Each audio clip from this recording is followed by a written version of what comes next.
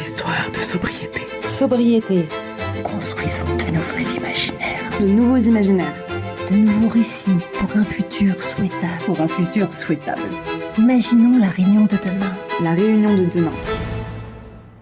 Nous sommes en 2024. L'équipe de Fresque.re accompagne des étudiants de l'école Vatel pour imaginer l'île de la Réunion en 2030 vivant dans la sobriété. Alexia, Maria, Grégory, Anna S'imaginent être les actrices et les acteurs de ce changement de société. Voici leur récit intitulé « Zéro déchet plastique ». Histoires de sobriété. Histoire sobriété. Salut Greg, comment ça va? Demain c'est le grand jour, notre projet s'exporte. Rappelle-toi, tout avait commencé en mars 2024 avec notre challenge du mois sans plastique. Qu'est-ce qu'on avait galéré, il y en avait partout, c'était impossible de s'en débarrasser. On avait poursuivi avec nos journées de ramassage de déchets et de visite à la déchetterie. C'était incroyable de voir la quantité de déchets qu'on produisait au quotidien. Mais bon, ça nous a permis de faire nos premières actions de sensibilisation avec le porte-à-porte et nos podcasts sur les réseaux. Bah oui, il fallait bien faire prendre conscience de notre impact sur l'environnement si on veut préserver notre planète. Et on a enchaîné l'année d'après avec nos cafés-débats à l'école. Cette année, on a réellement commencé à se faire connaître par le monde et nous avons même établi nos premiers partenariats. Et ce même avec le projet des 24 heures innovation auquel on a participé lorsqu'on était jeunes. Par la suite, les appels téléphoniques et les conférences de presse s'étaient multipliés. Donc il faut que je t'explique ce que j'ai pu faire avec notre équipe. On a bossé pendant plusieurs années avec la pression gouvernementale concernant l'écologie. On a pu arriver à nos fins. C'est-à-dire le début des aides et le soutien réel et fondé de l'État, le lancement des premières lois dans notre constitution, des labels et certifications en faveur des plus dévoués. Bref, je trouve cela enfin payant. Les personnes se mobilisent, s'y intéressent et plusieurs années de militants sont favorisées à l'aboutissement du zéro emballage. Maintenant, notre structure possède déjà son premier label zéro déchet.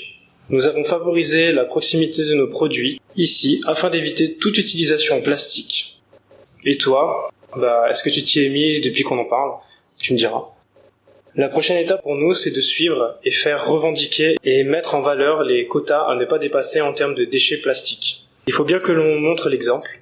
Grâce aux ressources et au soutien de l'État, on devrait être en tête de liste avec notre algue et on pourra produire nos emballages 100% naturels pour l'île.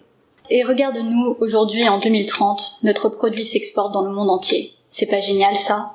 On a vraiment eu un impact. Notre rêve est devenu une réalité. Qui l'eût cru passer d'un challenge mois sans plastique à la création d'un vrai produit 100% naturel biodégradable? Notre produit est une révolution. L'homme peut consommer sans avoir un impact néfaste sur l'environnement. Les entreprises et les consommateurs sont très intéressés par notre produit innovant. Comme quoi, ensemble, on est plus fort, plus créatif. Comme disait Einstein, la créativité, c'est l'intelligence qui s'amuse. Nous devons inciter les individus à être créatifs, à innover, car c'est possible, nous l'avons fait. Nous poussons en 2031 à sensibiliser davantage les individus à l'innovation, et on pense également à investir dans les startups qui ont un impact positif sur la planète, car en effet, ensemble, nous préserverons notre planète. Maintenant, l'île de la Réunion est une île beaucoup plus verte, sans déchets plastiques. Quand est-ce que tu rentres à la maison? Hâte que tu vois les nouveaux changements. À bientôt, mon cher ami. Histoires de sobriété. Sobriété. Construisons de nouveaux imaginaires. De nouveaux imaginaires. De nouveaux récits pour un futur souhaitable. Pour un futur souhaitable. Imaginons la réunion de demain. La réunion de demain. Cet épisode a été financé par la Direction de l'Alimentation, de l'Agriculture et de la Forêt et par la Délégation régionale académique à la jeunesse, à l'engagement et au sport de la Réunion, dans le cadre de l'appel à projet Sobriété et jeunesse. Histoires de sobriété. Histoire sobriété.